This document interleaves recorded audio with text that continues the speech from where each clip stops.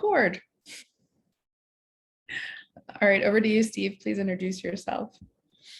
Thank you, Shelby. I'm Steve McManus. I'm an innovation advisor with the RTI Innovation Advisors Group. Just a little bit of background on me. Education-wise, I'm a mechanical engineer. I also have an MBA with a concentration in technology commercialization, both from NC State University.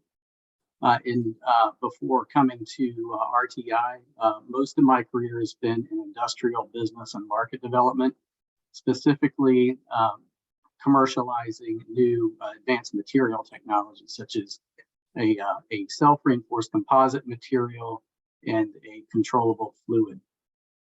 So I've been working with the RTI Innovation Advisors for the past 10 years. I actually just passed my 10-year anniversary. And most of that time has been working with small manufacturers, including startups, through the NIST Manufacturing Extension Partnership, where we worked with them over the past decade, actually longer than that, the last 14 years, to help the network implement technology acceleration services, specifically the same technology and market intelligence services that we're talking about today. Thank you, Steve. For all of you on the call, Steve will be sharing his screen, and there'll be a few moments where we will ask you to be interactive and reply to a poll here in the Zoom or reply in the chat, which we'll be monitoring. If you have questions while the presentation is happening, please feel free to drop them in the chat. If it's something we can address in the moment, we'll try to. Otherwise, we will hold questions for the Q&A portion at the end. So any question is open, please feel free to drop them in the chat. We'll be monitoring it. And again, we appreciate your replies in the poll, and we're looking forward to this. So Steve, go ahead. All right, great. Thank you, Shelby.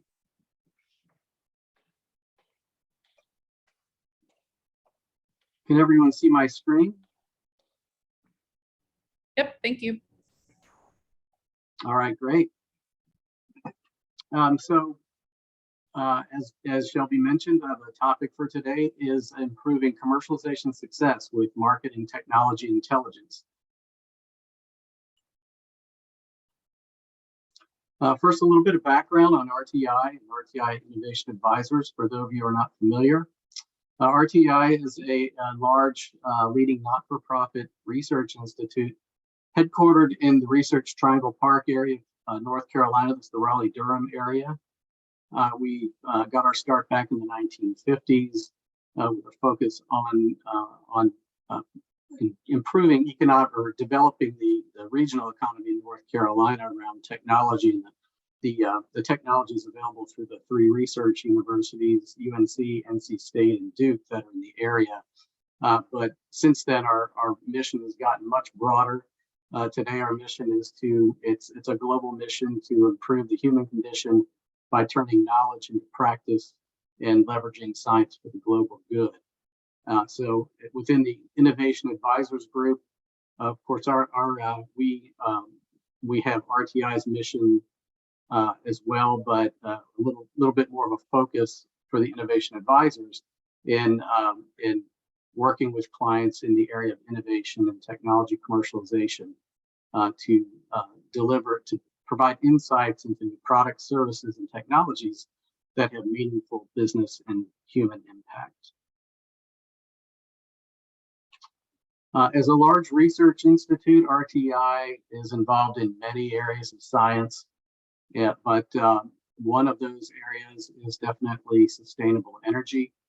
We have a technology group that has been developing different types of sustainable energy technologies, as you can see from the graphic there, for many years. We do have our own laboratories. We actually have a pilot facility for pyrolysis and biomass conversion on our campus, for example.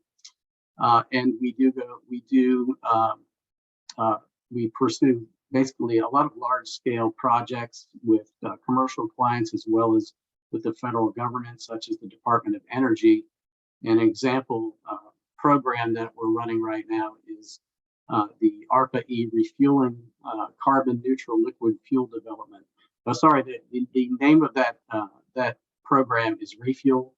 The focus is on developing new carbon neutral liquid fuels, and the refuel plus integration technologies, what the IT stands for. That program is essentially a proving ground or a demonstration program for demonstrating various carbon neutral liquid fuels that ARPA is developing.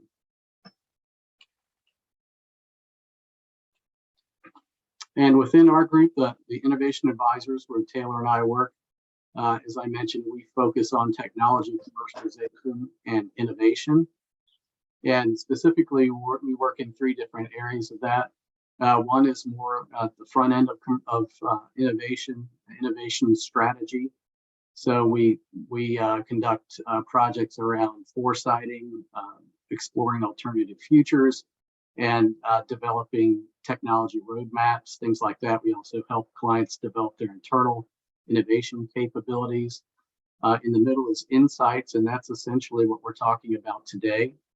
So technology and market intelligence or insights to help our clients understand and take advantage of those insights. And finally, commercialization. So this is sort of on the back end of innovation, where we're helping clients implement technology commercialization, whether that's through identifying the path to commercialization, for example, licensing, joint venture, or startup. Steve, I can't quite hear you, Steve. Okay, maybe I'll have to get a little bit closer. Can you hear me now? Yes, thank you. Okay, sorry about that. So is there anything I need to repeat?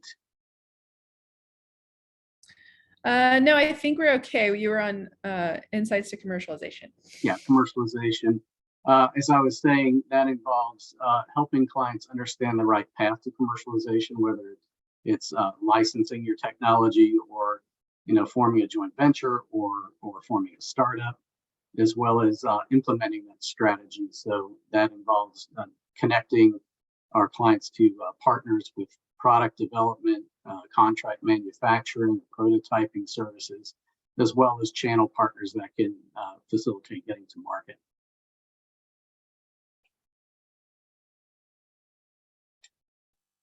And this is just a snapshot of some of our clients that we work with. As I mentioned, I don't think I mentioned this yet, but we innovation advisors got our start back in the 1960s, conducting technology transfer projects for NASA, basically finding commercial licensees for space technology. We've worked continuously with NASA over the past 50 plus years, but as you can see from that initial client, we've developed a diverse client base, including large industry clients, other federal government agencies, and academia and non-governmental organizations such as the Gates Foundation.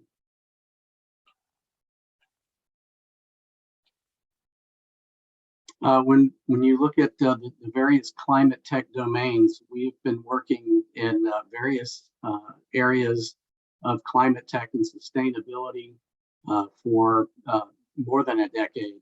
And in the past few years, it's been an ever increasing part of the work that we do. And so just some examples of the type of projects we've done in different areas they've touched on include waste to fuel, sustainable packaging, sustainable fuels, electrification, alternative proteins, and solar or photovoltaic technologies. So that's a little bit about us. And now we'd like to learn a little bit more about the audience.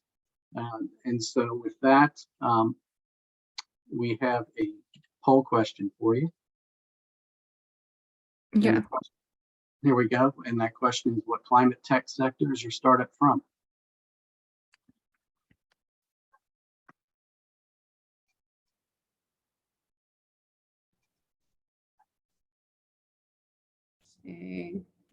Thank you for your results. So we'll wait for those to tabulate and share them just a little bit.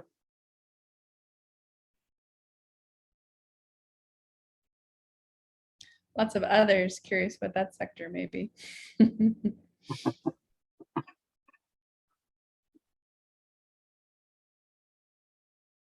All right, we've got some energy storage, fuel cells, transportation, solar, water and waste, buildings or built environments. And then the other category could be anything.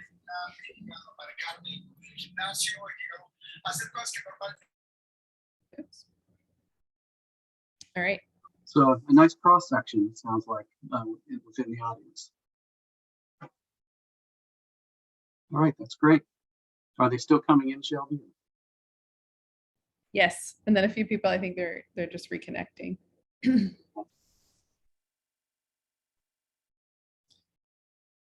All right. You can keep going this, Steve. Okay.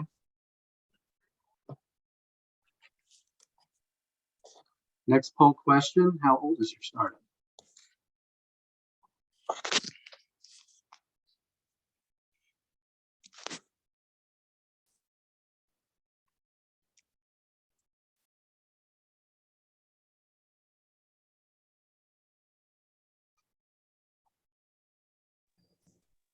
Thank you. For everyone who's just joined us, we're doing a little bit of polling to get to know the audience. So please reply to the poll if you've just joined us.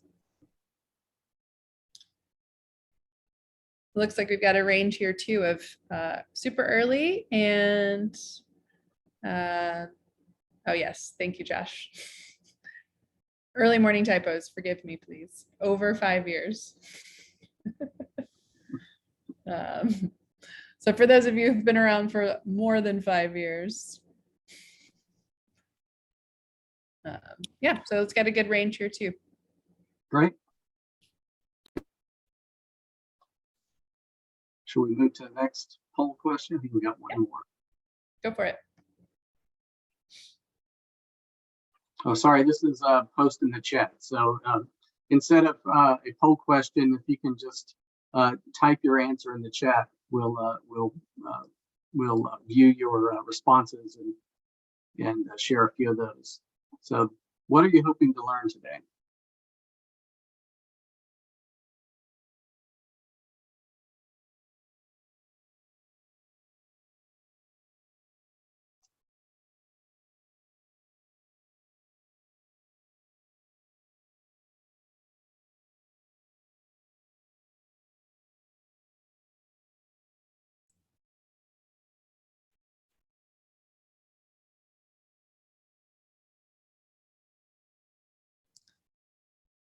Any answers welcome. Please drop your answer in the chat.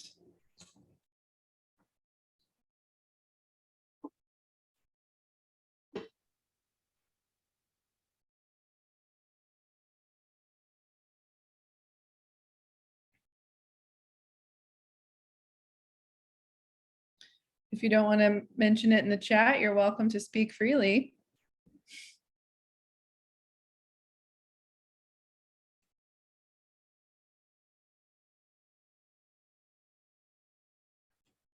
Nice, Josh. Some DFM. Building on existing customers, always smart. Using technology. Common traps, I think we'll definitely touch on that for you, Jim. Ooh, characteristics, Peter.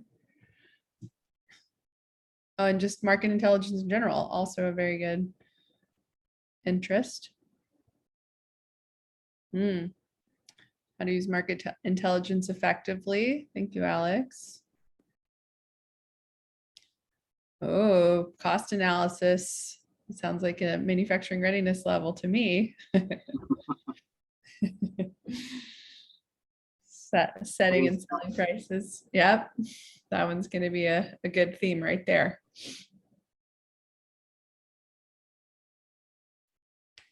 So this is helpful as we go on. We'll try to address some of these questions. What does market and technology intelligence even look like? It's a great one. I think you'll definitely touch on that. Yeah, we definitely cover that. Scoping market research before even working with RTI. Thank you, Ryan. That's a good one. Ooh, positioning against competitors. I think that'll be relevant later.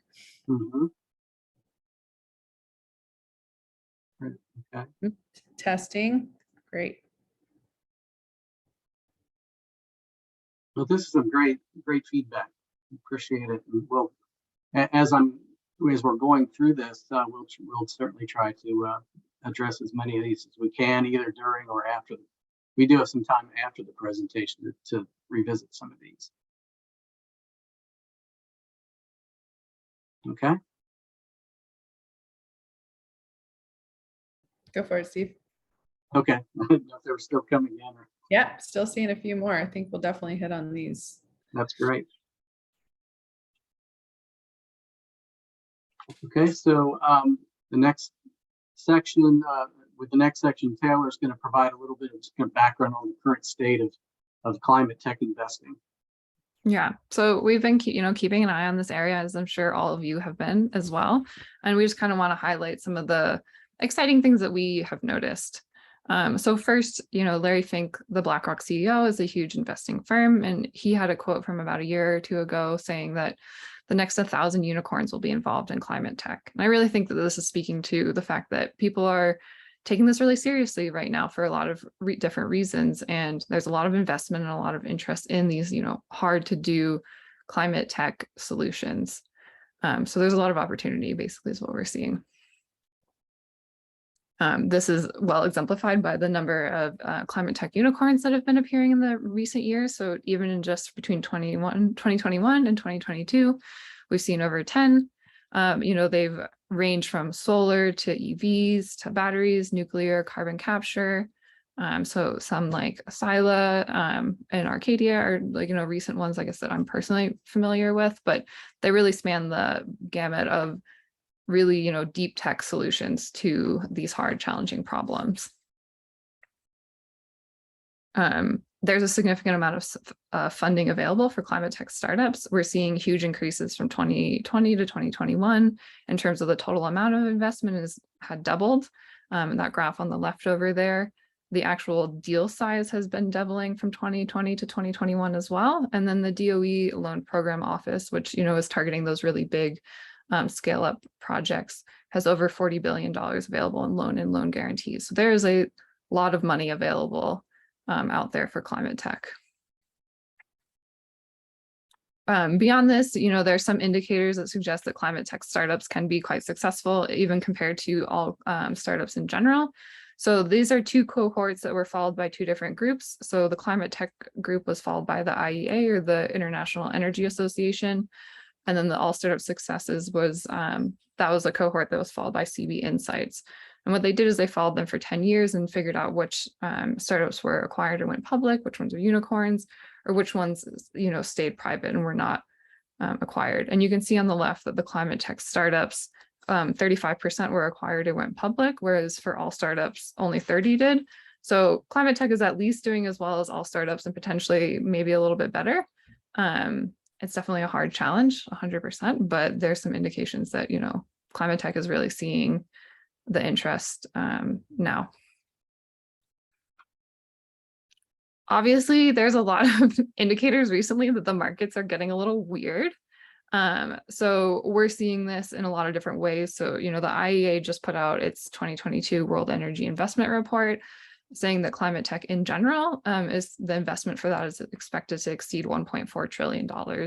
And that's going to go to everything from renewable power to more into EVs, change improvements in funding for grid and storage and energy efficiency. But we're also seeing in general that there's a lot of concerns in the market, and that's potentially impacting, venture funding. CB Insights tracks this very carefully, and they just released their Q2 report saying that the US startup funding dropped 25% in Q2 compared to Q1 of 2022. However, a month or two ago when I first made this slide, they were expecting to have a drop of over 50%. So we're seeing that there are, signs that things are going to a downturn, but we're seeing signs that it's maybe not as bad as people are thinking right now. And we're also seeing that climate tech in particular is seeing a lot of investment. And that can be for a lot of different reasons. People can be really feeling there's a lot of geopolitical things that are going on right now. There's a lot of impacts of climate change that are being felt. There's a lot of different reasons that people are concerned about climate tech right now. And then that is all turning into funding and increase in importance. But that's not just, this is a somewhat rosy picture that there's a lot of funding, there's a lot of opportunity, but that's not to diminish how hard it is to create a startup. Making a startup is really hard, and doing it for hard tech or hardware is really hard. Sometimes you're literally coming up against the laws of physics, and there's not really much you can do there. So we definitely are not diminishing how hard it is to create a startup. Beyond that, there's many valleys of death to pass through, even outside of, can your tech work? Is it physically possible? Yeah. So there's, I guess, three, valleys that we kind of want to highlight. So along this road that you are starting in as a startup, you're going from your R&D to your proof of concept and pilot stage to commercialization in a first market. Eventually it'll grow into, follow-on markets, and that could either be different consumer markets, or that could be, different markets in terms of different locations or countries. And then at some point that would be considered maturity. So when you're going from the R&D to the proof of concept and pilot stage, startups often find themselves in the technological valley of death. So, thinking about how can you get funding, how can you create that first minimum viable product, you can often get stuck there. The next valley of death, once you get through that one, is the commercialization valley of death. Yeah, unfortunately, there's a lot of valley of deaths to watch. Commercialization valley of death is really, you have that MVP, but you're trying to break into that first market. There can be issues with funding. There can be questions of, did I really create the right product for the market? Is the market size, the addressable market size that I thought, is that really there? There's all kinds of questions that start to play into that. And then you get to your first market. So then you are doing really well and you want to expand. So you want to go to the next, either different locations or different adjacent markets. And you can hit another valley of death there, where your transition from one market to another might not be as seamless as you may have hoped. And there can be issues with, like, maybe you're making assumptions about markets that are no longer true because markets have changed, or you're going into different types of markets that have different key values. So based on all that information, are there any valleys of death that you are most worried about? We would be interested to know, and we can help tailor the talk and try to highlight some things for that. Got a poll for you. Oh, wow. 5 out of 5 on commercialization.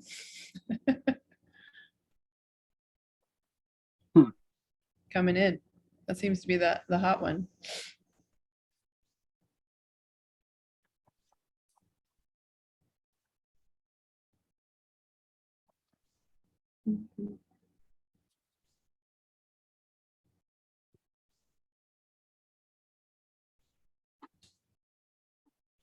All right, I think our favored valley of death topic is commercialization, which makes sense for a lot of the companies in our cohort. That's the stage they're heading to next. Yeah, and deep tech startups like ClimateTech, it takes a little bit longer to get to commercialization typically. So that's I guess not a surprising result.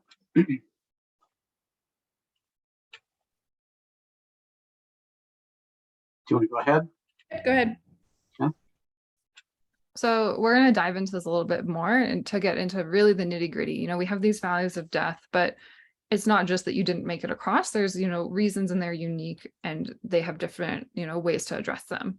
So CB Insights did a study on a bunch of startups after they've ended, on, why they failed. And they have a graph here on the left. And so startups can choose a bunch of different reasons why they fail, because it's usually not just one. And so that's all on the left here. So I'll highlight a couple of them, and then we have some quotes that kind of exemplify a couple of these. So the biggest reason that startups fail is because they run out of cash. I think that's not a surprise, but I think we also all realize that running out of cash is not the sole reason. There's usually additional reasons why that cash stream, dried up. So the next biggest one is there's no market need. So the product that was being created, it turns out that the market didn't actually want it.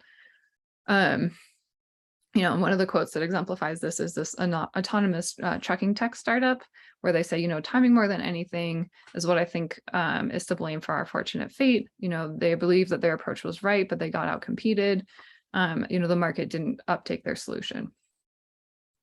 Another one that we think about a lot is, one that you all have highlighted in the chat is, pricing and cost issues. How do you know how to do that correctly? How do you get that information? So that's a big one. The product being mistimed or a poor product is not as common of a one, but one that we, work with a lot. The product mistime, that one is well exemplified by this blockchain music startup, that the markets changed and they didn't change quickly enough. So markets are fickle and you need to be on top of it, basically.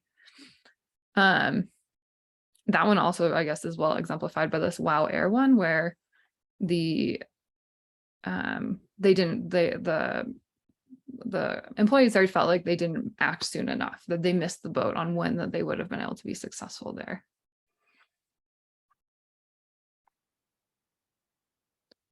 Yeah, so out of these, are there any specific ones that now that we've dug into it a bit more, that you are more concerned about? And we'll do a poll question here. Got the poll.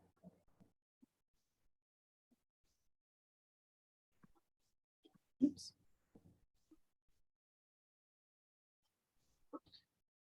Answers are coming in. I hear that some folks can't see them, so we're working on addressing that, but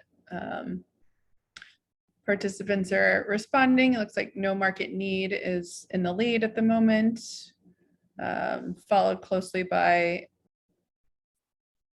ran out of cash, failed to raise new capital, getting out competed is coming up.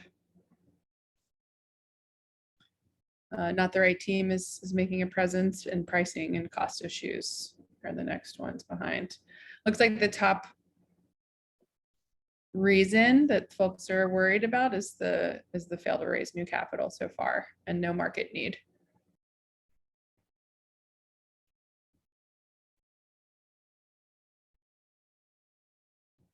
Great, well, that's helpful. Yeah, we'll be touching on some of those topics.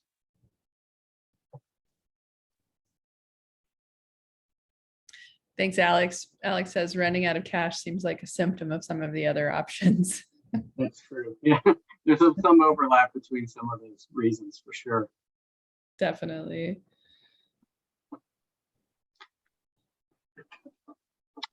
All right. So, yeah. The last few slides have been a little dark in terms of talking about failure and that I think it's important to recognize the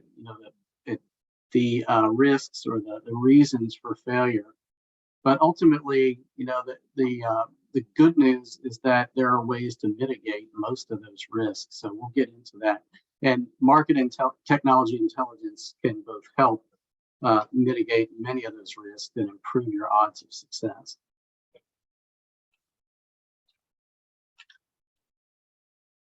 And so just before we get started, this is where we kind of shift into what does market intelligence and technology intelligence look like. The focus is going to be primarily on market intelligence, but we did decide to include, at least at a high level, some information on technology intelligence because we consider it a separate service, but it's conducted in a very similar way. By people with similar skills, and it can certainly address some of the risks that we talked about previously. So just to distinguish between market intelligence and technology intelligence. When we talk about market intelligence, we're talking about basically intelligence around opportunities in the market, different markets and applications that you can address or that you can compete in with what you have, which what you have, depending on the project, can be a specific technology. It could be a specific embodiment of that technology, a certain product, or it can go back in the other direction and focus more broadly on a company's core capabilities. But in the most basic level, it's about what do you have and where else can you sell it. Whereas technology intelligence is mostly concerned with just understanding what's out there that you can either use in terms of technology that you can either use to enable or enhance a product that you have or that you're developing, or that can enable or enhance your manufacturing process. So that's typically called technology scouting or landscaping.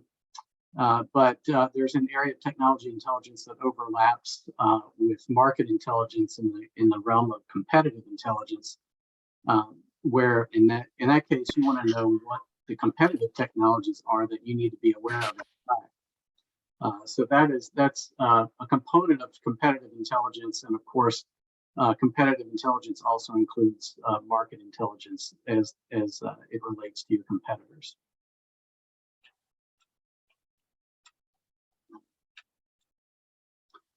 And circling back to the CB Insights data on why startups fail, as I mentioned, there's good news here, and the good news is that for most of these reasons, these factors that influence success or failure of a startup, those can be addressed through technology and market intelligence. So if you think about, for example, ran out of cash, failed to raise new capital. Market intelligence and in some cases technology intelligence can help you identify the partners you need to move more quickly to market and be more efficient with your capital, so that you can so that your company can get to its milestones in time to get that next round of funding and convince the next round of investors to invest. When it comes to no market need, that's kind of an obvious one. The more information you can have on potential applications and markets, and understand what's required to commercialize those applications in those markets, the better your chances of market success. Or conversely, if what you have doesn't really resonate in the market, you can find out as early as possible so that you can pivot or maybe focus on another business opportunity. Even down to regulatory and legal challenges. We just, Taylor and I just completed a project of that type for a startup. So certainly that is one area of market intelligence that we can focus on. Pricing, cost issues, all those, those are certainly issues that having more market intelligence can help you deal with and mitigate the risk.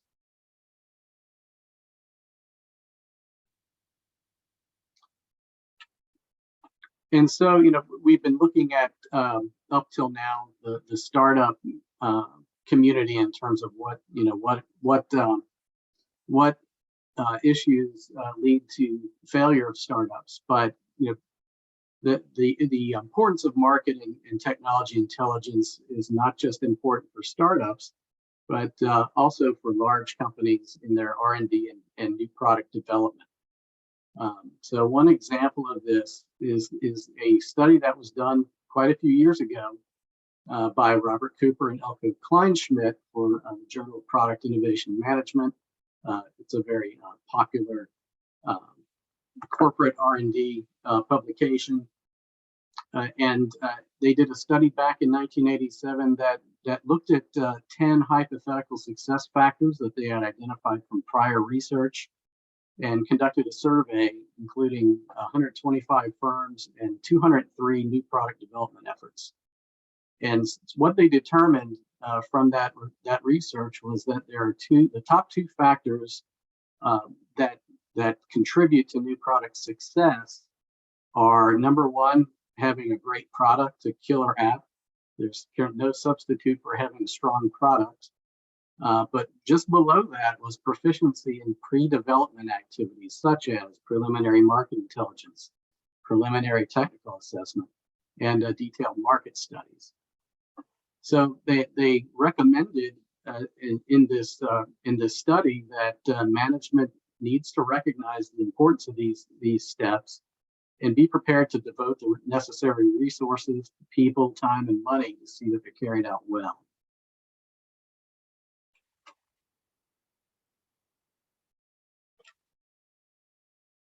And in addressing these issues and investing in market and technology intelligence, you can help your startup cross those valleys of death.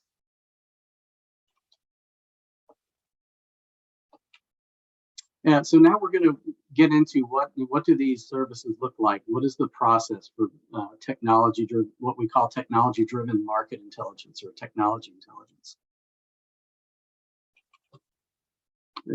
And at the highest level, it's a process that uncovers and validates new opportunities. So what we call technology-driven market intelligence is actually a variation of a process that we developed for NASA. So it's something we've developed and refined for the last 5 decades. It's basically designed to identify new markets. It was designed initially to help NASA find new markets for space technology. And when we started working with NIST, we took that process of screening and assessing technologies and conducting market research to understand the potential of those technologies, and modified it for the purposes of the NIST Manufacturing Extension Partnership. I know some of you on this call are familiar, others may not be, but the NIST Manufacturing Extension Partnership is a program that's run under the Department of Commerce and NIST. As the name implies, is an extension service to help small and medium-sized manufacturers, domestic manufacturers, compete globally. And the NIST MEP program has been running since the 1980s. The early focus was on lean manufacturing and implementing lean manufacturing and quality systems. But the focus of NIST MEP is always, their charter has always included infusing technology into the manufacturing base. So when we started working with NIST MEP about 14 years ago, it was specifically to implement 2 what they call technology acceleration services. One being technology-driven market intelligence, the other technology scouting. So that's basically another name for technology and market intelligence. So we worked with hundreds of companies through our relationship with NIST MEP, and a few years ago we did an impact study. We basically went through the third-party impact surveys that NIST MEP clients take, and from that we estimated average impacts, and those included 850K in sales, 75K in cost savings, 380K in new investment in manufacturing, and roughly 5 jobs created.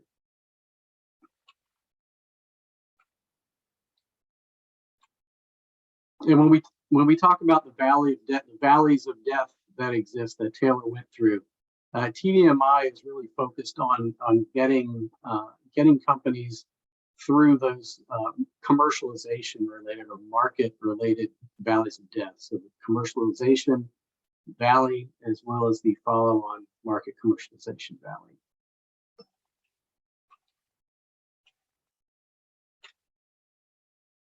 And circling back to the CB Insights data, market intelligence can provide answers to help companies avoid failure due to several questions related to that problem of no market need, such as, do we know all of our potential markets that we could enter? Is the entry market we're focused on the best one? Who should our first customers and early adopters be? Who are our key customers and influencers? And with relation to the flawed business model, the market intelligence can help a company understand, which models are best fit for the markets that are most promising, and also what are the biggest risks to their business.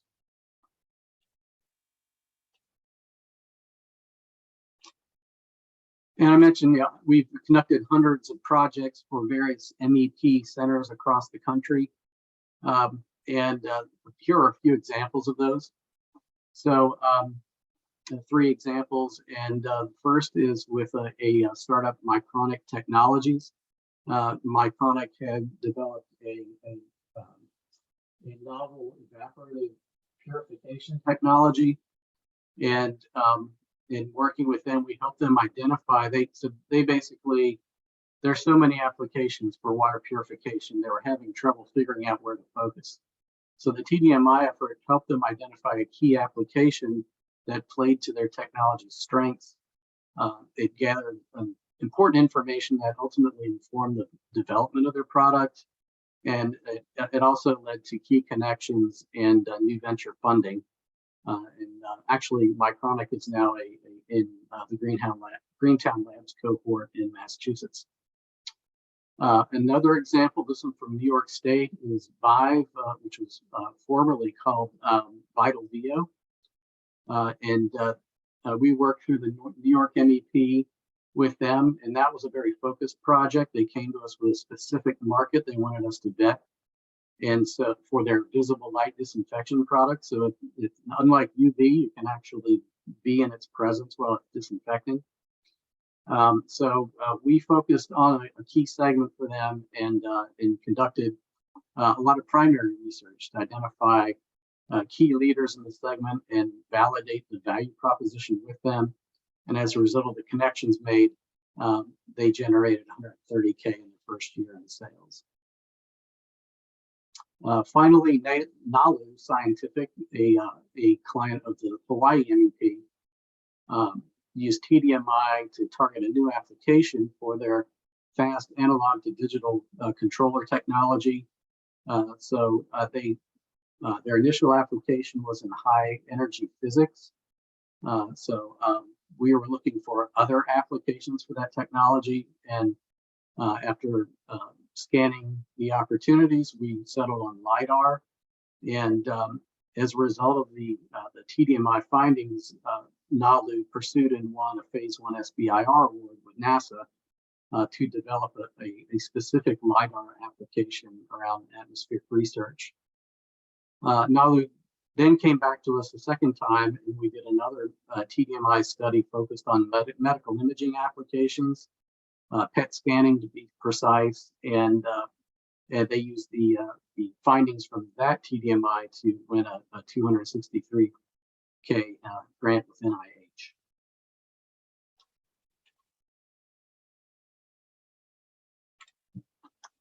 So that was a little bit of background on the TDMI process and how it's been used. So now we'll focus on the process itself and dive into that a little bit. So the TDMI process is a rigorous research process. It consists of 5 steps. And those 5 steps are, first step is to qualify the opportunity. So determine whether the need that we think might be a TDMI need is actually a TDMI need, whether this is a service that they need or something else.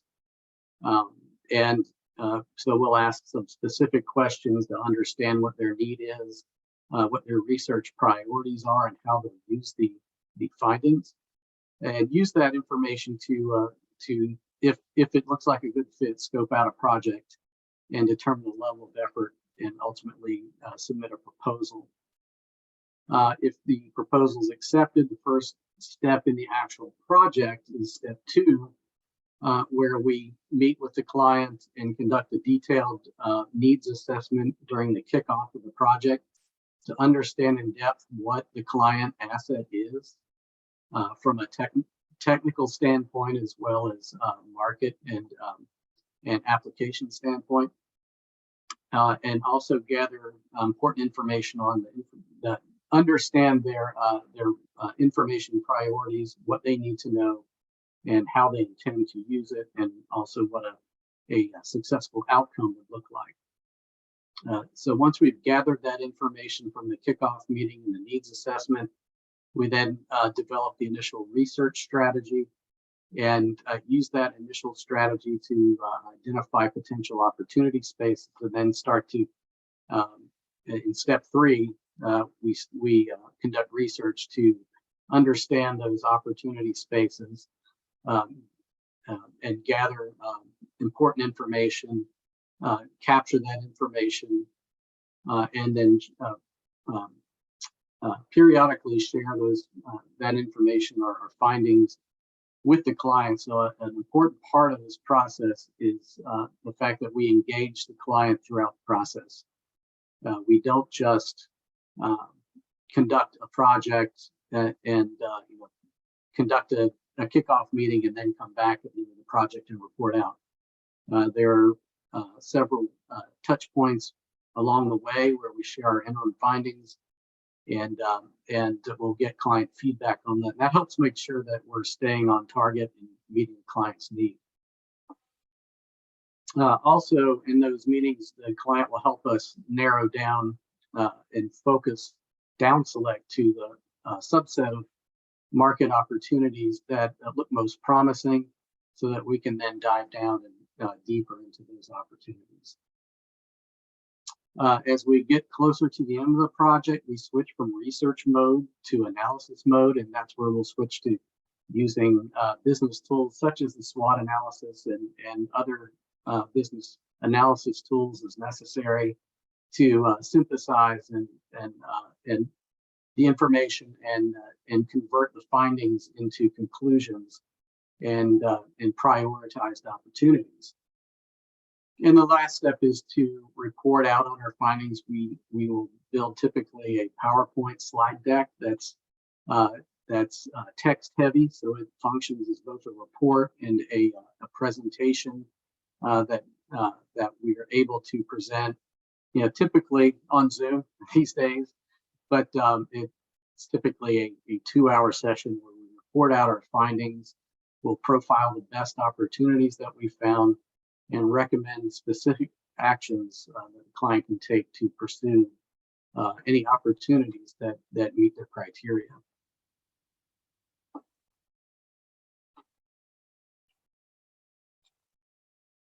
And we've developed over the years a series of tools that we use along the way in each step to make sure that the work we do is consistent, the output is of high quality, and that we're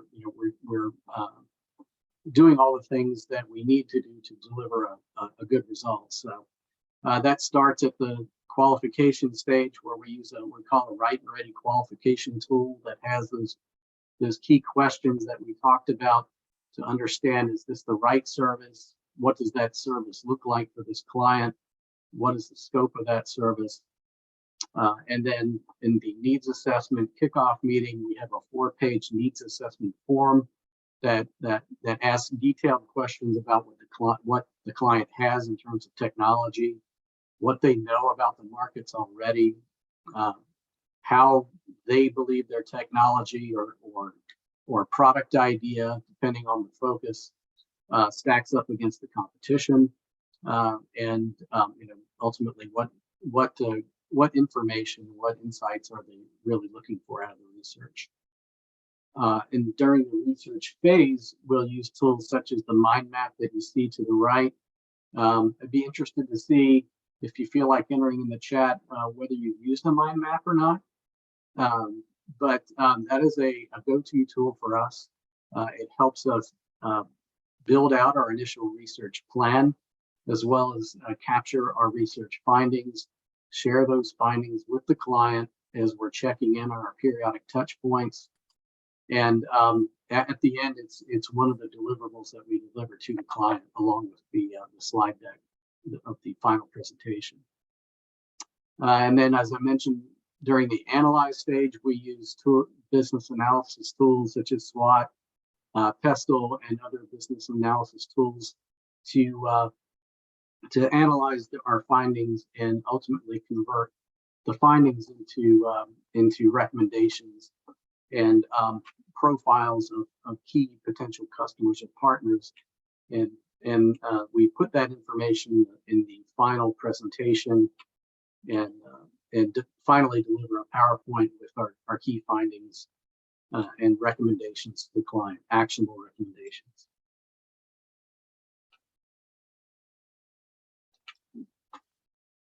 Another key point about our process is that we use both divergent and convergent thinking.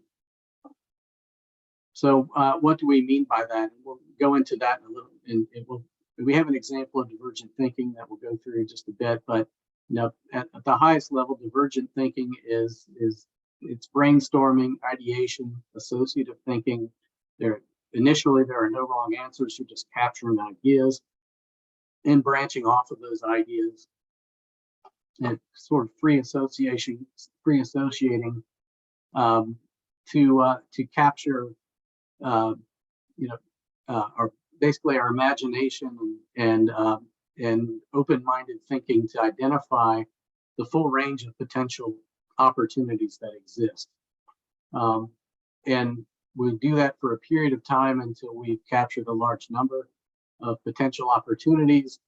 And at a certain point, we'll end that phase and start to conduct research and switch our thinking to more convergent thinking, to basically vet or validate these different opportunities that we found by asking more critical questions, yes/no questions, screening against the criteria that we've captured at the kickoff meeting, and just in general applying critical thinking to help us down select from this initial broad set of opportunities to a manageable number of the best, most promising opportunities based on the client's criteria.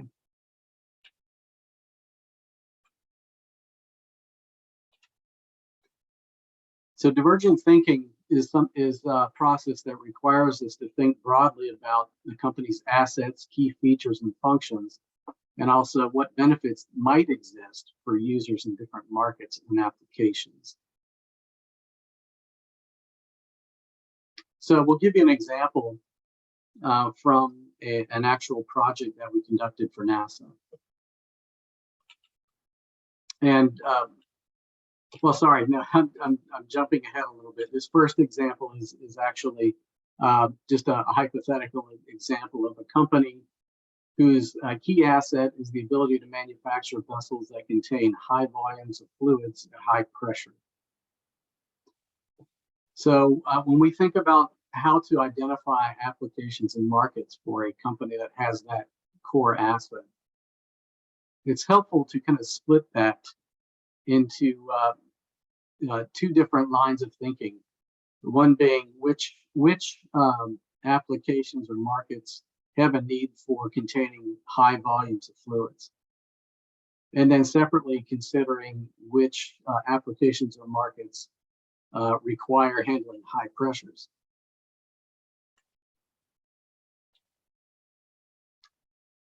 So an example would be on the mind map here, and these can actually get a lot broader than can fit on a slide. But to just give you some examples, under the high volume category, you can think about where are high volumes of fluids contained. It could be storage tanks, industrial processes, even though it's not in storage, where large volumes of fluids are being processed. And then you start to think about, as I mentioned in the early stage, you don't want to be too critical in your thinking because you never know where a line of thinking could lead. So when you think about pools like swimming pools, well, is that going to lead to anything necessarily? that a manufacturer of vessels that contain high volumes of fluids, you may be tempted at that point to take that off the list. But if you do, you may not think about things like isolation tanks, where someone's floating in that, but it's a smaller, it's a tank that may be something that may be a new market that matches with the client's capabilities. So the important point here is not to take anything off the list too soon, because you never know where a line of thinking might lead. So the whole idea here is to not judge the value of a certain idea until you finish that ideation phase.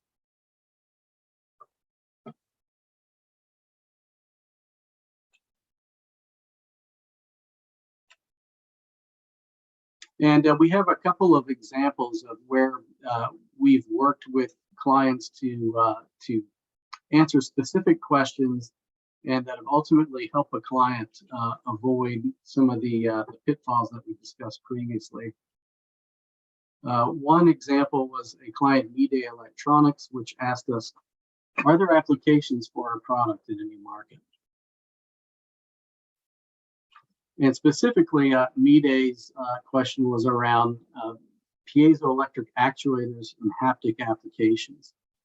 So they wanted to know what new markets can we pursue with this technology. Of course, we applied the process and identified several applications. One of the key outcomes from that, though, was that because this technology is only one component in a complex electromechanical system that needs to work together for a successful product, and you could even include the human in the loop when it comes to haptic applications. We found that the people we identified didn't necessarily know how to take that actuator and implement it in one of their systems. So we found that they needed much more support We lost your sound again, Steve. Okay, so where There you were we? Sorry about that. It's just a little bit an inch here or there, so I'll get closer. So where were we, Shelby, when it dropped out?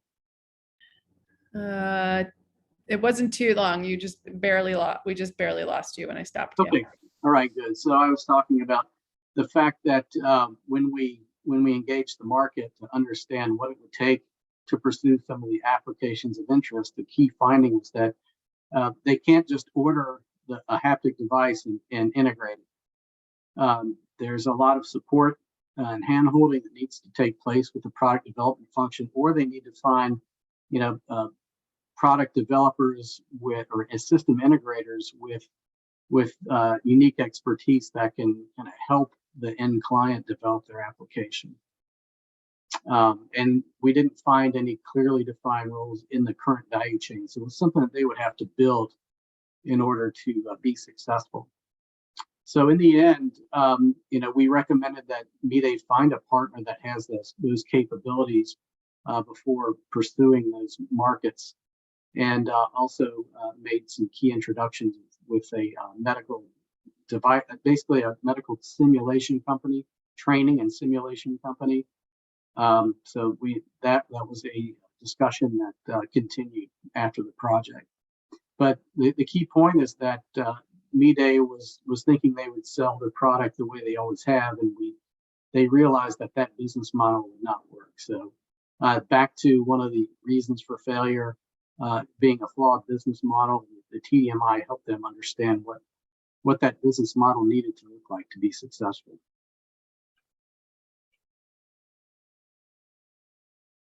Another example is Packaging Horizons. Excuse me.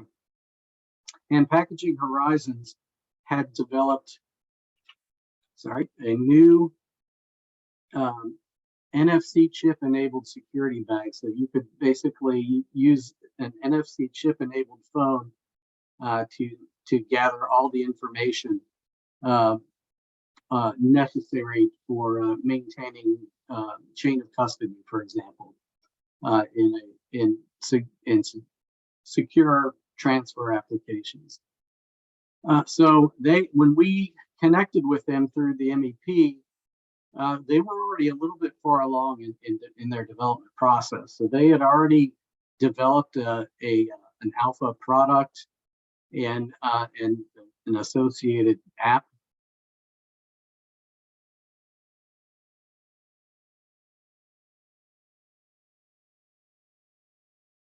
Steve, you're totally muted now somehow. I don't know what happened.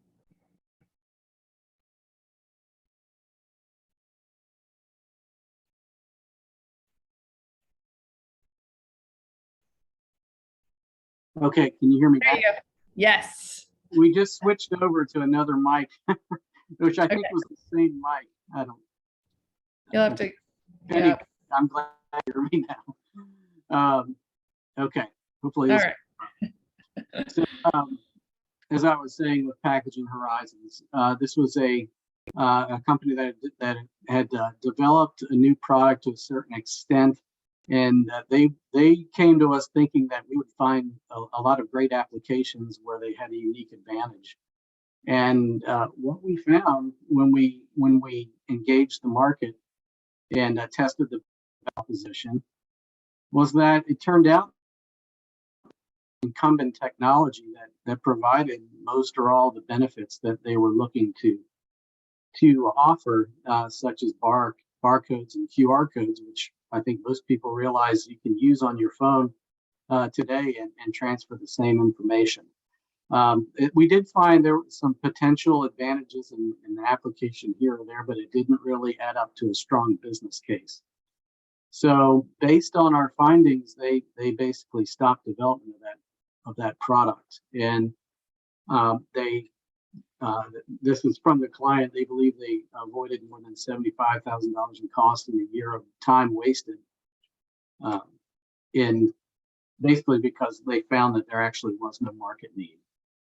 So, ideally, we would have caught them a little bit earlier in the process and they could have saved even more time and money, but we certainly helped them save a great deal of time and effort. So this is, this is basically the quote from the client.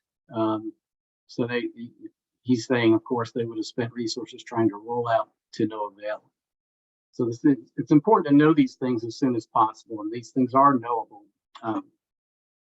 before you get too far down the road.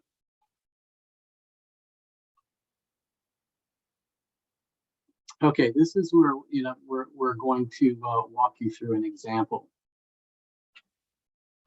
And this is kind of where we go through and we'll show you, the asset and identify some advantages and ultimately identify different types of potential partners. And in this case, we were successful in finding a licensee for NASA.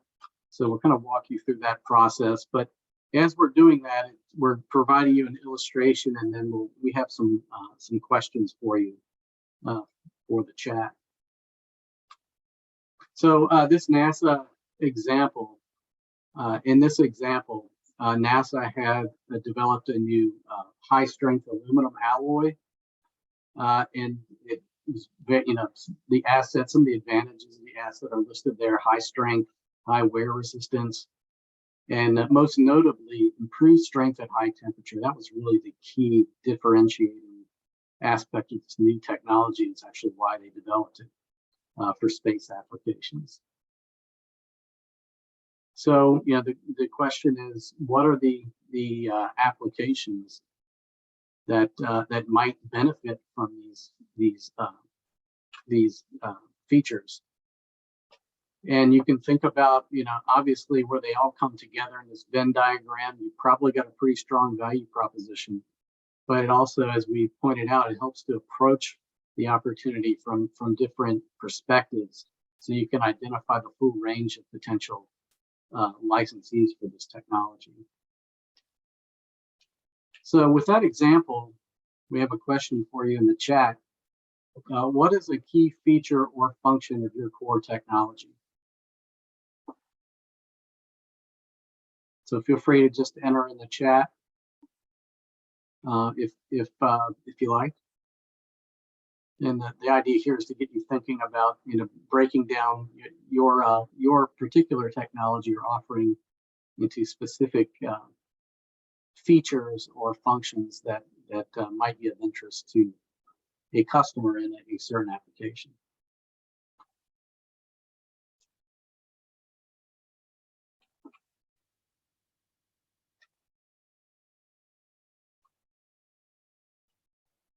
Don't be shy. We're not here for your IP. You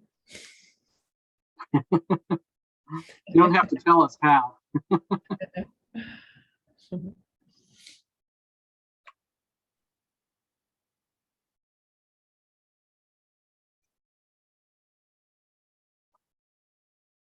Here you go. Peak load management for both heating and cooling.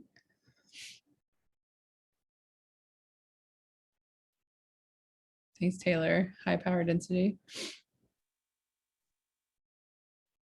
Yes, Blake, always the more secure supply chain. That would be great. Ooh, Alex. Ooh, I like that. Okay. Thanks, Christine, calling in from Ireland.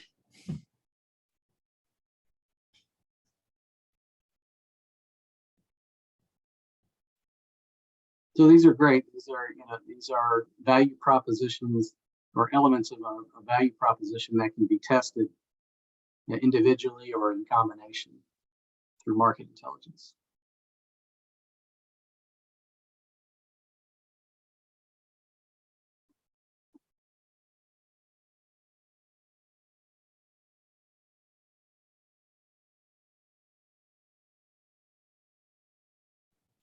Anyone else?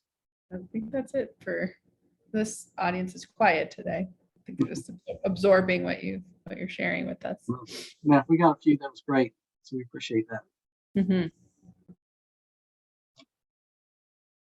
So for the NASA example, we looked at potential applications that have a need for at least one or optimally at least two or three, all three of the main features of that technology, that material. And some that rose to the top were fans and engines, whether automobile engines or small engines for recreation. Those are a couple of examples. We actually had a few more in the project itself, but for purposes of instruction, we're just keeping the list a little condensed. So the fans, obviously high strength, high wear resistance, depending on what's going through that fan might be important. And depending on the process, high temperature may or may not be important. With engines, I think all three would apply, whether it's automobile or for some other type of craft.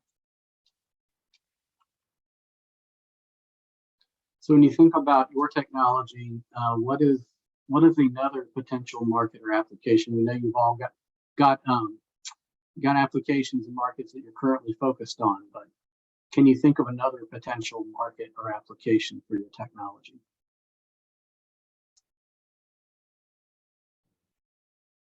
This is always one of my favorite questions for startups.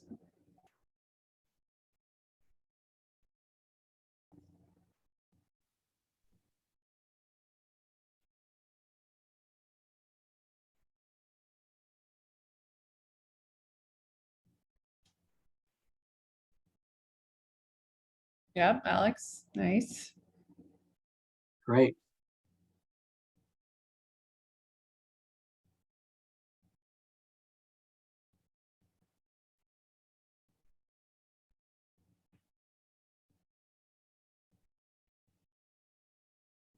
Multiple markets, nice. Great.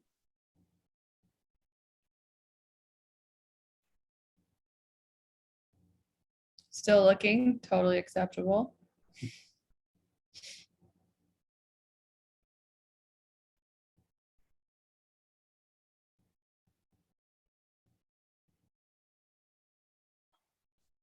So it's something to think about when you think about how to find these and vet these. It really does require, when you're talking about deep tech startup technologies, it really does require a combination of technical and market expertise to really identify and properly vet the opportunities.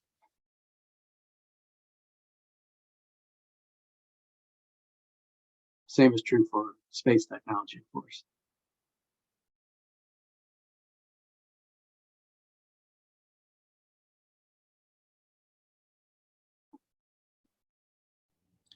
Joshua, anything you want to add? You've had some good comments calling you out.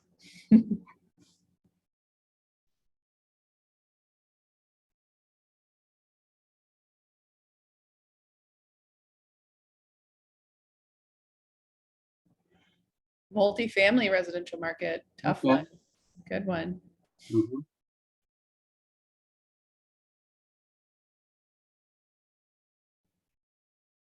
All right. Okay, I think we have enough. Can we? Yep, go for it, Steve. Move on? Okay. And so once you've thought about the potential applications and markets and identified those, then you've got a place to look for potential partners or licensees. So in the case of NASA, who are the licensees? So you know, when you think about the applications, you can think about, who's in these value chains. In addition to who's just selling the final product, what does the value chain look like? And so, it's important to consider the whole value chain and talk to people along that value chain to see who might be interested in either buying your technology or licensing it in the case of NASA. An example is when you think about raw materials, the aluminum suppliers in this case could be potential licensees because they have access to multiple markets and large volumes. So if you think about licensing on a volume or weight basis, that could be really interesting. But one thing we found in the research is that they didn't really value exclusivity as much as we had hoped. But we certainly checked there, and then we think along the way there are suppliers of components to whether it's fans or engines in this case. There are suppliers along the chain that make different parts that make up the engine. They could also be potential licensees, even engine manufacturers that aren't manufacturing the vehicle. And so they're somewhere in between raw material and OEMs, in that they do have access to multiple markets potentially. So large volumes are possible. And they may have some value in exclusivity that they can offer to their customers as a sub-license. And then there are the manufacturers and OEMs themselves. So they control the end customers within their markets. And typically, a brand will have a high value in exclusivity, but the volumes may not be as big as you could get with a raw material supplier. So there are reasons to investigate all three of these steps along the chain, which is what we did for this project. And in doing that, it's important to understand what's going on in those markets. And I think, as a corollary to that, what's going on inside these companies that are participating in the value chain, because they're not all homogenous. They have different goals, and they compete differently. So that's another factor to keep in mind and to try to understand as you're doing the market intelligence work to find the best path to market, best application of the customer.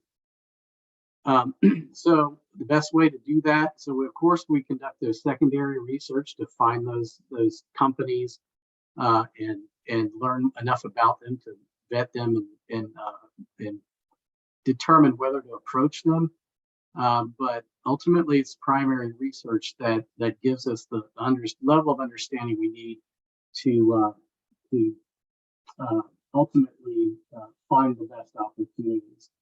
So when we conduct primary research, we typically will try to get multiple perspectives. So we'll talk to the direct users of the technology, potential customers, and we'll also, as I showed, work along the value chain to understand the perspective of suppliers or competitors even, and also other industry observers. So examples of those would be distributors, trade association staff, university researchers or at federal labs, and perhaps journal editors of peer-reviewed journals.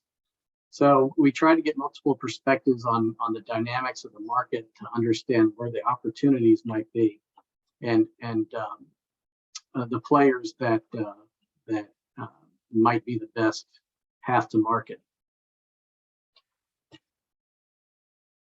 And when we reach out to individuals to interview them in our primary research, we think about what different titles can offer in terms of information. So if you're looking for information to help understand how different technologies are differentiated, you of course talk to development engineers and scientists, researchers, and get multiple perspectives there. To get more of an industry-wide view or a layperson's explanation and access to contacts in an industry. Journal editors and writers are a good example. Talking to salespeople is always informative. They tend to be very bottom line oriented and give you the straight dope on whether they think a value proposition would fly. And they tend to see they understand the potential benefit to their customers. Whereas the marketing folks tend to take a little bit more of a strategic view rather than can you sell to this customer today? What is the, what's the potential opportunity to gain market share and things like that. And, if you call the president or CEO, they have a good overall understanding of the business. And the important thing is sometimes they will talk to you and they usually have really good insights. If they don't have time, but they're interested, they'll point you to the right person. And if the email comes from the CEO, there's a much better chance of them returning your call. So, but they kind of understand it also an opportunity from the investment standpoint as well. And so when we're talking to these experts, some examples of the types of questions we'll ask to get the answers we need. Include, we'll review the value proposition. We'll write a non-disclosing description of the value proposition and clear that with the client first, of course, before we talk to anyone externally. But then we'll put that before the client, get their feedback on it. Does it resonate? Why or why not? We'll talk about specific elements of the value proposition, and also ask questions around who else do they know that we should talk to for a different perspective. So that networking aspect to find other people to talk to is important. In addition to asking questions around where do you see the opportunity if it does resonate? What barriers do you see? And what or who should we be aware of in this market in terms of key players?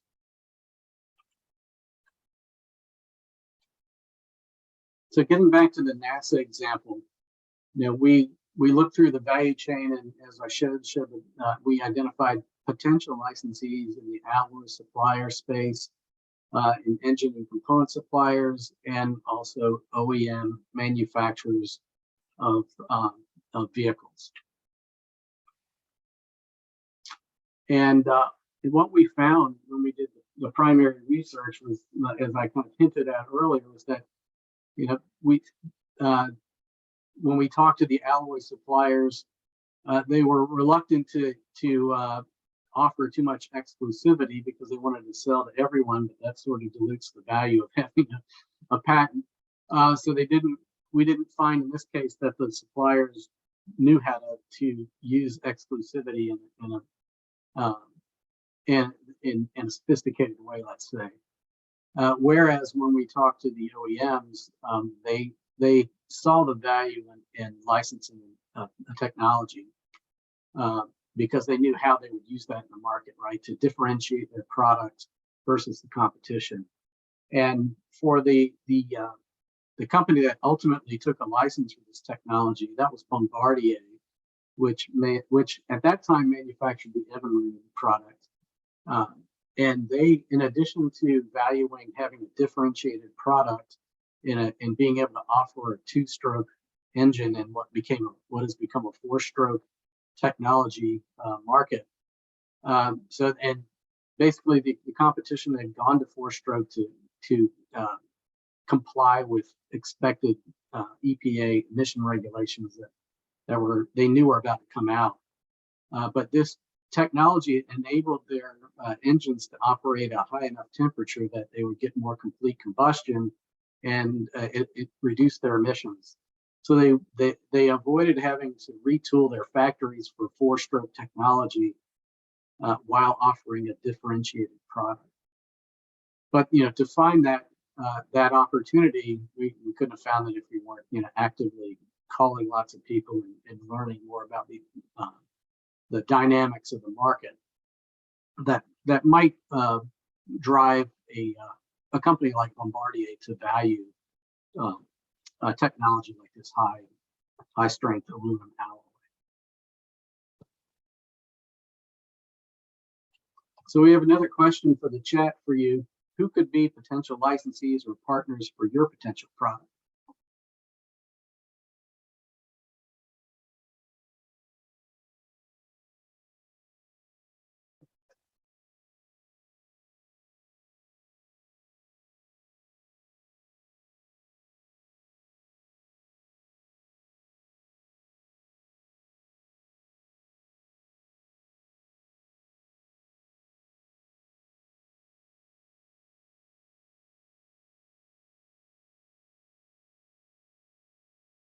Anyone?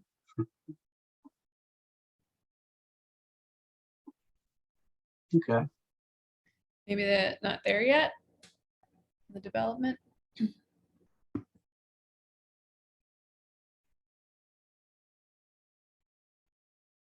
We're getting a couple coming through. Here we go. Great.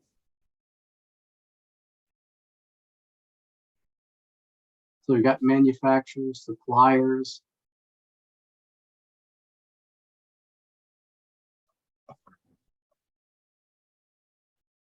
Specialty compounders. Compounders. Mhm. Competition. Thanks, Peter. Yeah.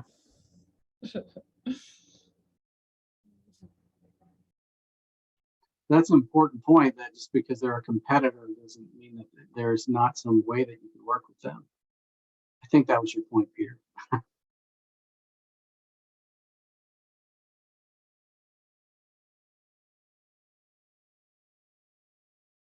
Yeah, so we're seeing beyond manufacturers, other players in various value chains, and that's absolutely the case.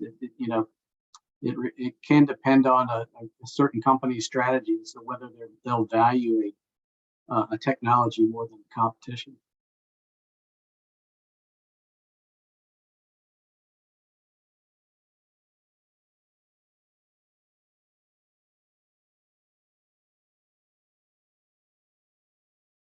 Okay, well, that was some good feedback. Mhm. Okay, we'll keep moving.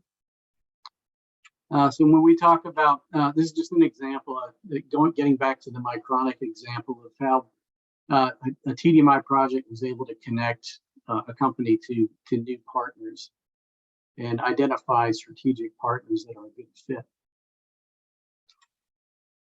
So just getting a little bit more detailed about the work we did for Micronic. So that that involved really understanding their technology and its performance, its technical performance as an evaporative purification technology. So that involved looking at the water technology, the state of water technology, and different treatment trains, and where the competitors are, to understand what the Micronic's Tornadic purification technology, what advantages it had versus the competition. So the most direct competitors were the other evaporative technologies we found. A key, but in looking at those, we looked at how they performed in terms of energy usage and total capital cost of the solution. And from that, we were able to identify where Micronic had some advantages, and that allowed us to understand where to focus in the market, and look for drivers that were relevant. One we found that we focused in on was called zero liquid discharge. So that is a concept. It's hard to achieve in practice, but there are actually regulations, not in the U.S. but in other countries, that require a manufacturer that's using water that they can't discharge any of it to the river or to the treatment train. So it all has to be processed on site, and a lot of the the popular technologies used like reverse osmosis can't achieve that on their own. They have a reject stream that's very highly loaded that would otherwise be wastewater that would have to be disposed of. So we focused on that, who's working in that area, and what are the markets that care about zero liquid discharge or near zero liquid discharge, and focused on those, pointed Mycronic to those, and look for partners in that space, water technology companies and engineering firms that were focused on ZLD technology, and reached out to them, and in some cases there was mutual interest. So in getting those connections to partners and helping them focus on determine where to focus in terms of market and application, we were able to ultimately strengthen their value proposition and their business plan, and that led to more funding. They were able to secure more funding to keep going, keep developing, and were accepted into a key startup incubator. As I mentioned previously, they're now in Greentown Labs cohort in Massachusetts. So the bottom line was, when you look back to the reasons for failure, the one right on top was failure to raise new capital, and in conducting a TDMI project, Mycronic was able to avoid that hurdle. They were actually in pretty dire need of funding at the time when we worked with them. So we helped them get over that valley of death, if you will, and got them to along a path toward long-term success. And this is just a comment from Karen Sorger, the CEO we worked with from Mycronic. So just to wrap up on the market intelligence side, the key point we want to make here is that much of the information that's needed to avoid risk and optimize startup strategies is knowable and can be known and acted on in advance. And so whether there are lots of questions that a rigorous market intelligence can help you answer, whether it's market focused, what are the best potential markets and applications, how do we enter these markets, is the entry market we selected the best one, how big is the addressable market, what regulations apply, and which ones are coming down the road in some cases. On the product side, what are the applications, what's our product cost, and certainly answer questions around pricing. What features are required? Does our value proposition resonate? What certifications do we need? Do we have a sound strategy? Are the assumptions we made when we started, are they still valid? Have we confirmed them? And do we have the optimal business model, and what other business models should we consider? From a customer standpoint, it can help identify who the best first customers are, your early adopters. What are their key decision processes and criteria, such as price, among other things, quality, etc. What is the sales process cycle and time frame? That's critical for making sure that you get to market in time and don't run out of funding. What is the sales process cycle and time frame? Who are the key customers and influencers? And do we know what we need to know about our target markets and customers? And it also helps identify the optimal partners and suppliers, identify and understand competitive technologies and how you're positioned versus them, and what and how big are the biggest risks to your business, and what can we do to mitigate those risks. And in various ways, as we've shown that just to bring that point home one more time, by answering these questions, we can help you get across these valleys of death that we discussed.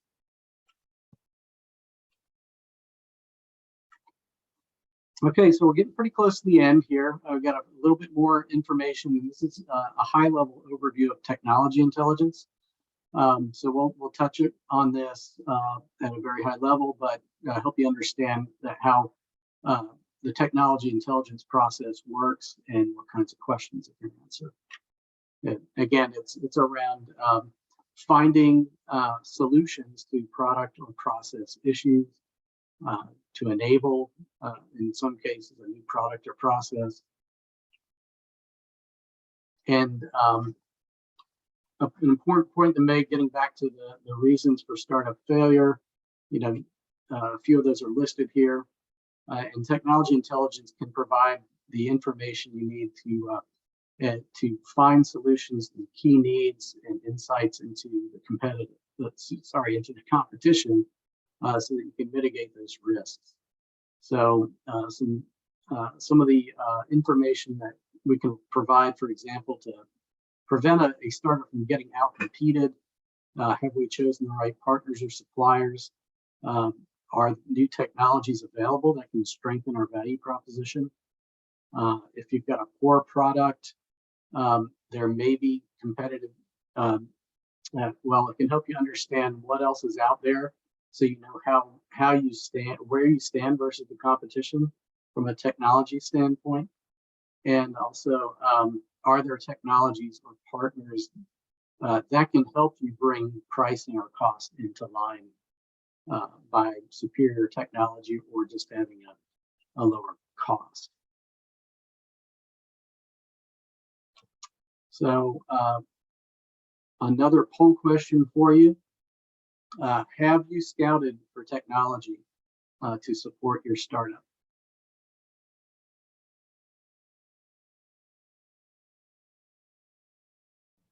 See, the poll is live. Getting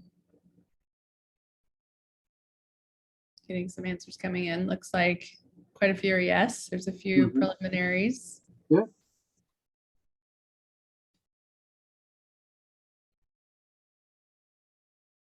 Yes. These are complex systems, so I'm not surprised that the answer is yes.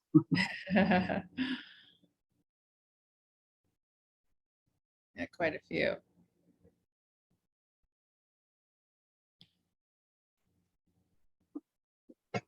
Priority is yes. Good. That's good to know. So the next question: do you think you found the best solution or supplier?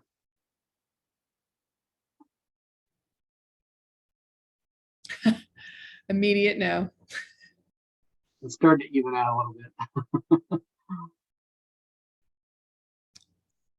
A clarification question from the audience is, we are relying on our own technology support, but we have partners we're working on? Is that Steve's an answer or a question? Yeah, actually, Shelby's not a question, it's just a clarification to the previous answer. Ah, thank you.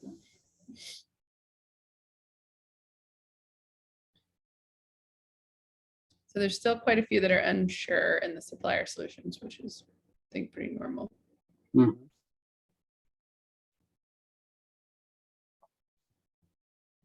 All right, well, that's helpful. Yeah.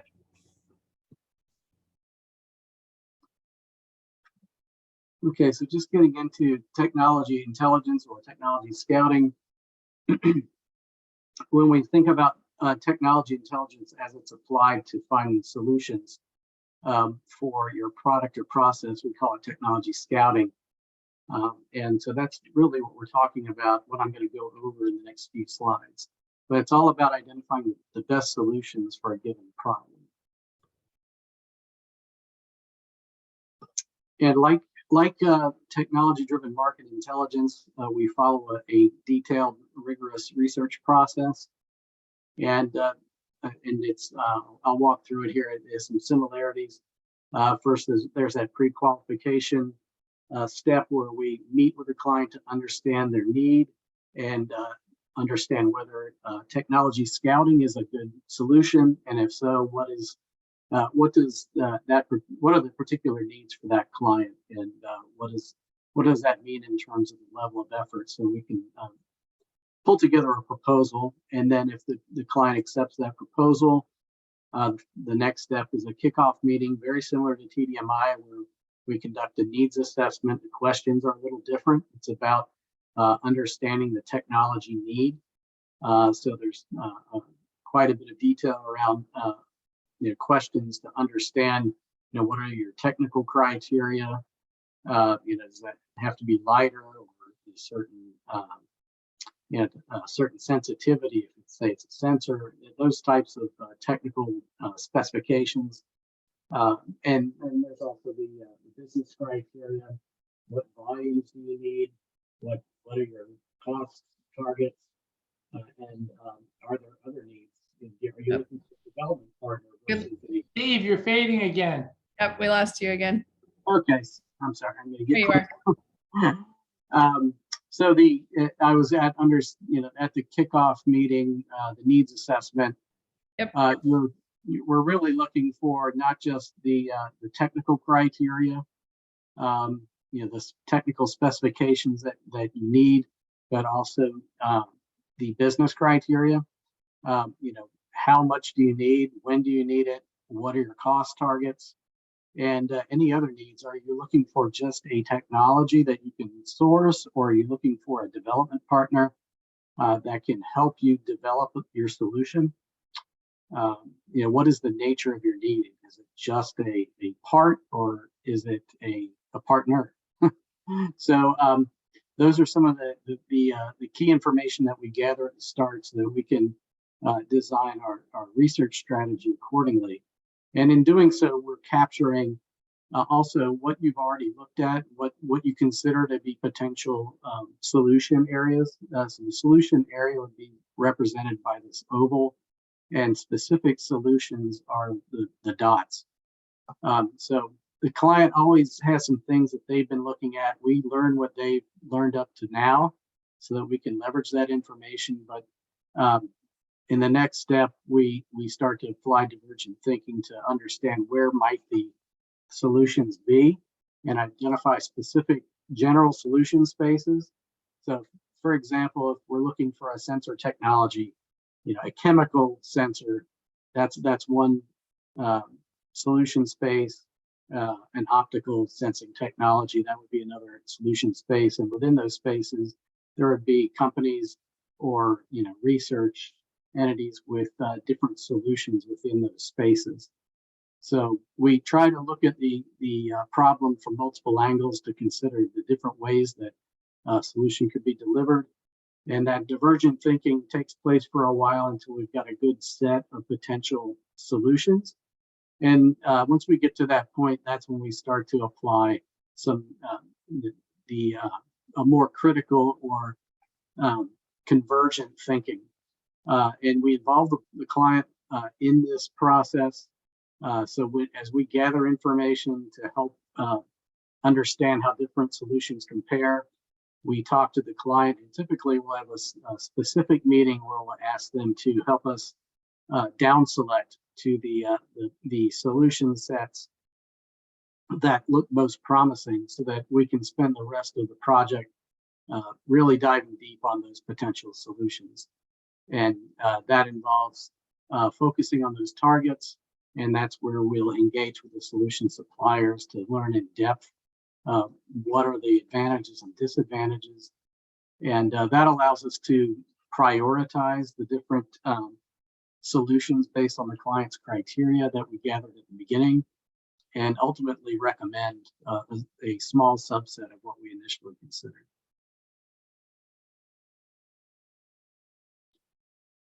And as I mentioned, when we think about the need, we think about it, we try to think about it fundamentally in terms of what is it that you need? Do you need a material? Do you need a machine that performs a certain operation? Is this a certain method of doing something that could deliver the solution? Are you looking to measure a process parameter, for example? And then we think about what are the different ways that a solution could be delivered. What different physical phenomena could be employed to solve your problem? Is there a chemical solution Is there an electronic solution? Is it mechanical, electromagnetic? We could go on and on, but we tend to think in terms of different fundamental ways of delivering that solution.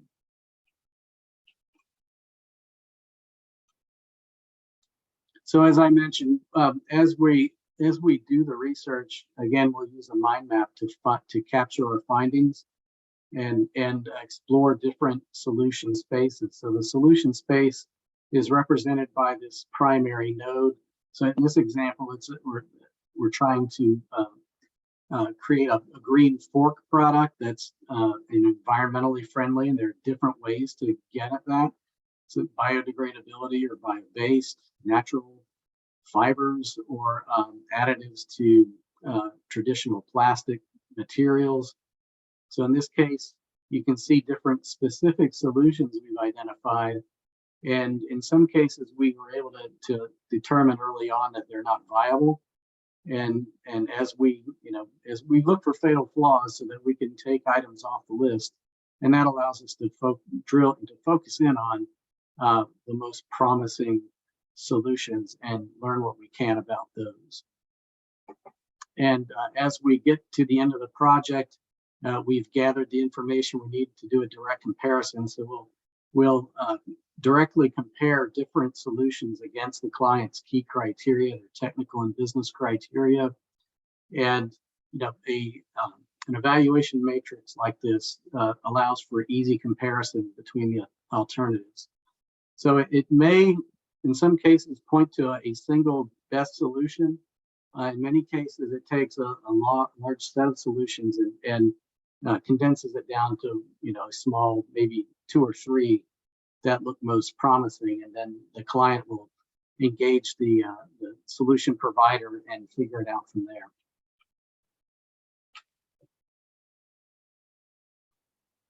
So we'll wrap up with an example project from the MEP space, and this is one that we conducted with the Iowa MEP with a company called VT Industries.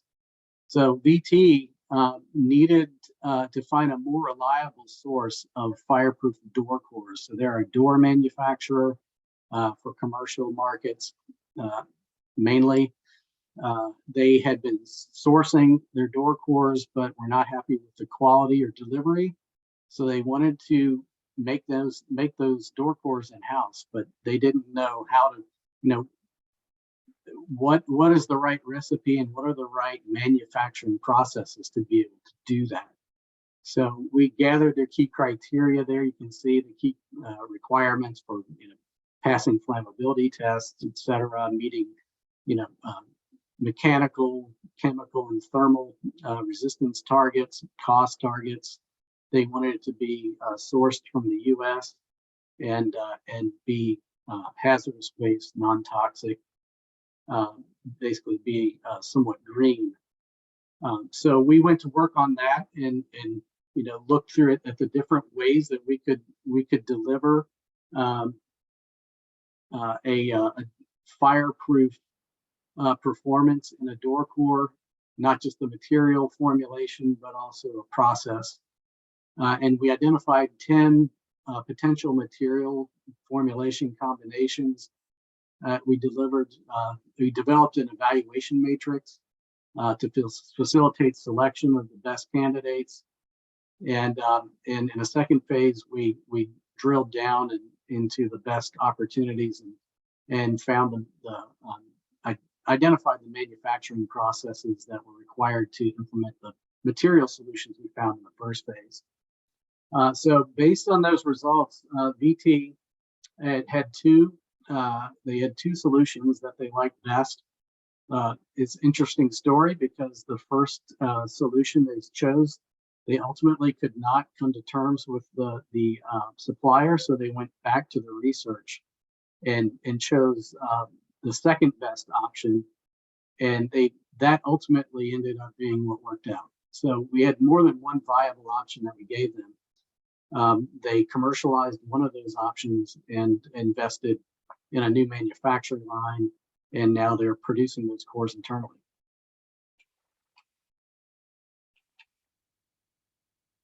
And just to wrap up, tech scouting is a service that the key value here is that we provide an external perspective advantage. And by that we mean, because we are able to tap into our own networks, and because we know how to reach out through secondary and particularly primary research to other experts, that ultimately expands your view of the potential solutions that exist. So that the superior solutions ultimately come from a combination of search expertise and connections to networks, which in doing this over decades, we've got considerable networks. You have your own networks as well. So this is not, the important thing is to tap into those networks, and not just whether it's using RTI, but you have your own networks. The important thing is to make sure you're using those networks to find the best solutions to your problem. And just to wrap up, I hope that we've been able to convince you that market and technology intelligence are necessary and definitely help deep tech startups like ClimateTech startups to succeed. So with that, if you have any, we have a little bit of time for some questions, but if you also have questions after the fact, please feel free to reach out to myself or Taylor.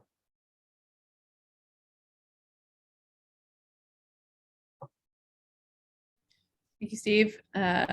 Feel free for those who are still with us, just go ahead and ask the question live. You don't have to drop it in the chat if you've got one.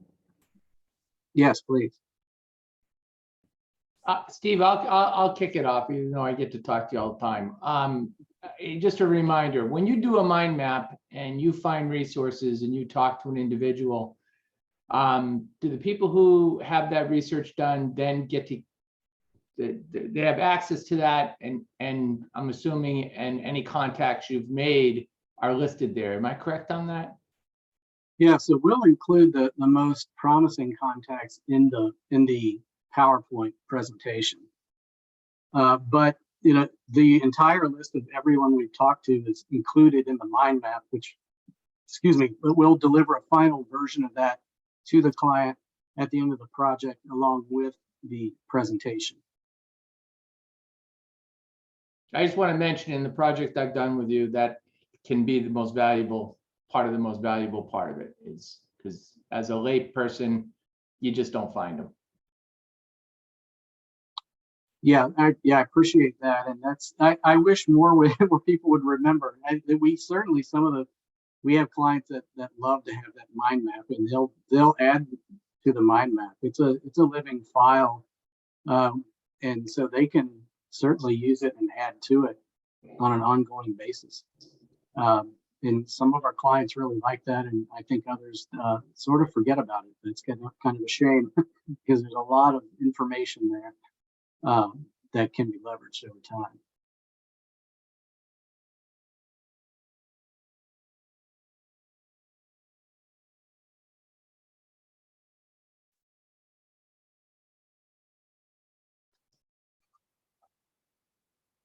I wonder if we can go back into the chat and find any questions. Sure. You can also stop sharing your screen and make everyone's face appear, and then sometimes we get questions that way. That's better. Thank you. Steve, I know you got some questions in general, but.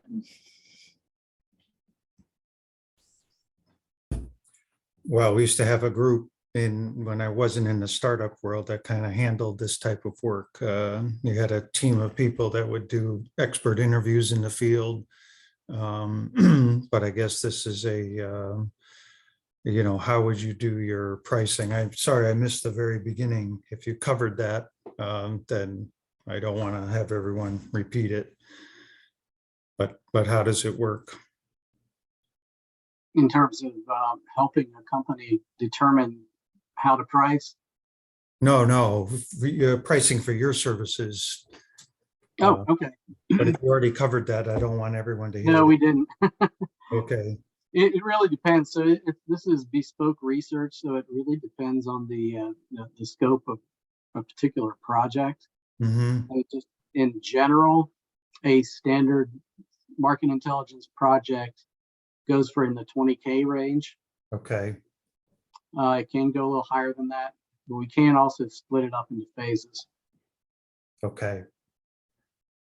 Just need to get a mind map of the magnitude they're involved. Thank you. Mhm. Also, from a timing standpoint, they typically take about 3 months to complete. Yeah, that makes sense. Yeah, the primary research is the main driver. We could probably get it done quicker if it was all secondary, but as I've tried to emphasize, it's the primary research that really brings the insights that are most helpful.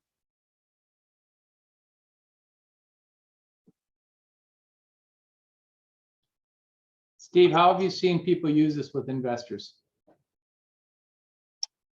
So the Mycronic is one example, and there were a couple others in terms of the startups that have used it. So then from the startup standpoint, it's convinced investors to invest in the startups. From the investor standpoint, so we haven't done. It's kind of interesting. We're interested in that, but we've certainly done projects like this to identify potential acquisition candidates for large companies that we work with.